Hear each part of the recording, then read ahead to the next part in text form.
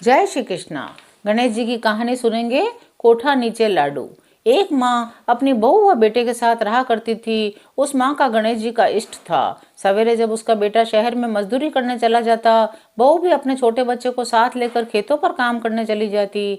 तब वह सास अपने दैनिक कार्यों से निवृत्त होकर गणेश जी की पूजा अर्चना करती। नित्य नियम से वह शुद्ध घी के 4 लड्डू बनाती, गणेश जी के सामने रखकर कहती, हे गणेशिया, थारे मारे चोड़े, बेटा बहू के छाने, ले तू भी खा और मैं भी खाऊं। ऐसा कहकर 4 में से 2 लड्डू तो कोठी के नीचे लुढ़का देती, 2 आप खा लेती। आस पड़ोस की औरतें देखती, इस डोकरी के बेटा बहू तो बड़े सवेरे ही काम पर निकल जाते हैं, फिर ये घर में जाने क्या करती रहती है। एक दिन एक पड़ोसन ने कान लगाकर बुढ़िया के द्वार पर खड़ी हो गई। उसने सुना अंदर डोकरी कह रही थी, हे गणेशिया, थारे मारे चोड़े, बेटा बहू के छाने, ले तू भी लाडू खा, मैं भी लाडू खाऊं। पड़ोसन ने सुना तो दंग रह गई।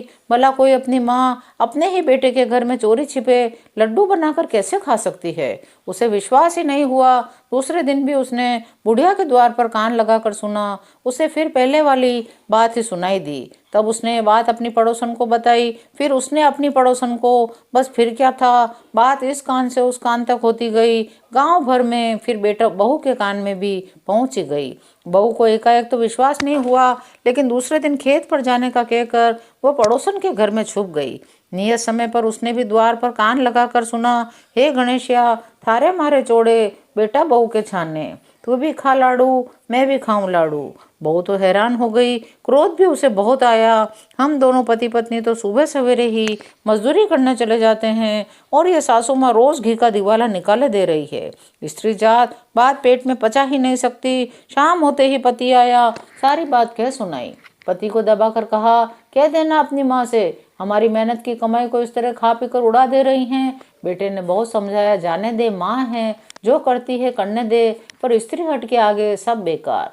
सवेरे होते ही वह भी छुप कर बैठा। माँ की करनी देखी और सुनी। माँ ने ज्यों ही खुद लड्डू खाना शुरू किया, बेटा सामने आ गया, बोला, मेरे हिस्से का लड्डू कहाँ है माँ। बेटे को सामने देखकर माँ बोली, जय गणेश जी, बेटा तेरे हिस्से के लड्डू तो कोठी के नीचे लुढ़का रखे हैं, जा निकाल ले। बेटे ने ज्यों ही झुककर कोठी के नीचे देखा, नीचे जगमगाहट से उसकी आंखें चुंधिया गई। हाथ डालकर देखा तो हाथ में हीरे मोती जड़ा हुआ लड्डू हाथ में आया। माँ की तरफ आश्चर्य से देखा। माँ ने कहा, बेटा ये सब गणेश जी की कृपा है, ले आ, अब मेरे हिस्से से एक लड्डू तू भी खा ले। इतने में बहू भी आ गई। झोंपड़ी हीरे जड़े लड्डुओं से जगमगा रही थी। माँ ने बेटे बहू से कहा, अब तक किया हुआ सारा पुण्य तुम्हारे सामने है, तुमने मुझ पर विश्वास नहीं किया, छुप कर मेरी गतिविधियां देख ली, अतः ये सारा धन तुम्हें सौंप कर अब मैं यात्रा पर जाना चाहती हूँ। बेटा बहू दोनों माँ के चरणों में गिर पड़े, बोले, माँ हमसे भारी भूल हुई जो हम लोगों की बातों में आ गए, हमें क्षमा कर दो। माँ ने दोनों के सिर पर प्यार से हाथ फेरा, दोनों को क्षमा किया और अगले ही दिन यात्रा पर निकल गई। बेटे बहू ने उन्हें भारी मन से विदा किया।